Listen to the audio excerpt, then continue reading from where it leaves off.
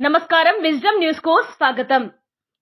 తిరుపతి జిల్లా గూడూరు ఎండీఎస్పీ సూర్యనారాయణ రెడ్డి ఆదేశాల మేరకు రూరల్ సిఐ వేణుగోపాల్ రెడ్డి పర్యవేక్షణలో ఒంటరి మహిళల మెడలో బంగారు చైన్లను దొంగిలించే ముద్దాయిలను Gudur rural PS SI M Manoj Kumar చాకచౌక్యంగా అరెస్ట్. వారి వద్ద నుండి సుమారు 20 సవర్ల బంగారు చైన్స్ ను స్వాధీనం చేసుకుని మీడియా సమావేశంలో ప్రవేశపెట్టి వివరాలు తెలియజేశారు. ఈ కేసులో ప్రతిభ కనబర్చిన rural SI M Manoj Kumar ను ఆర్వి రాజు, పిసిఎస్ విష్ణు, శ్రీను, సురేష్ ను ఉన్నత అధికారులు అభినందించి రివార్డులు అందించి అభినందించారు.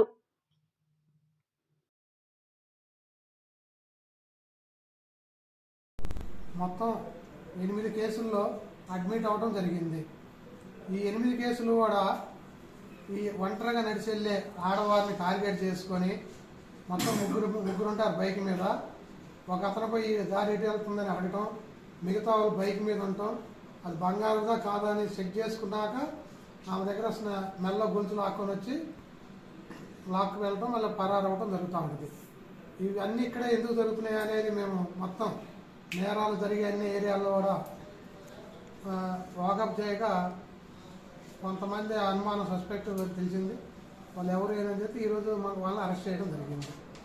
వాళ్ళ దగ్గర నుంచి మొత్తం 7 చైన్లు, ఒక బైక్ను రికవర్ చేయడం జరిగింది. మన ఎస్ఐ గారు మరియు ఐడి పార్టీ హెడ్ కానిస్టేబుల్ రాజు, విష్ణు, నరేష్, సురేష్ అందరిని కూడా ఎస్పీ సారు రివార్డులు ప్రకటించడం జరిగింది. స్నాకింగ్ చేయడం జరిగింది. ఇవన్నీ కూడా మన గూడూరు, చిల్లకూరు సంబంధించినవి. మెయిన్ ఏంటంటే దీనిలో ఎస్ఐ గారి అబ్జర్వేషన్లో ఇలా క్రైమ్ టీం అబ్జర్వ్ చేయడం జరిగింది. వీళ్ళిద్దరూ కూడా నాయుడుపేటకు సంబంధించిన ముద్దాయిలు వ్యక్తులు.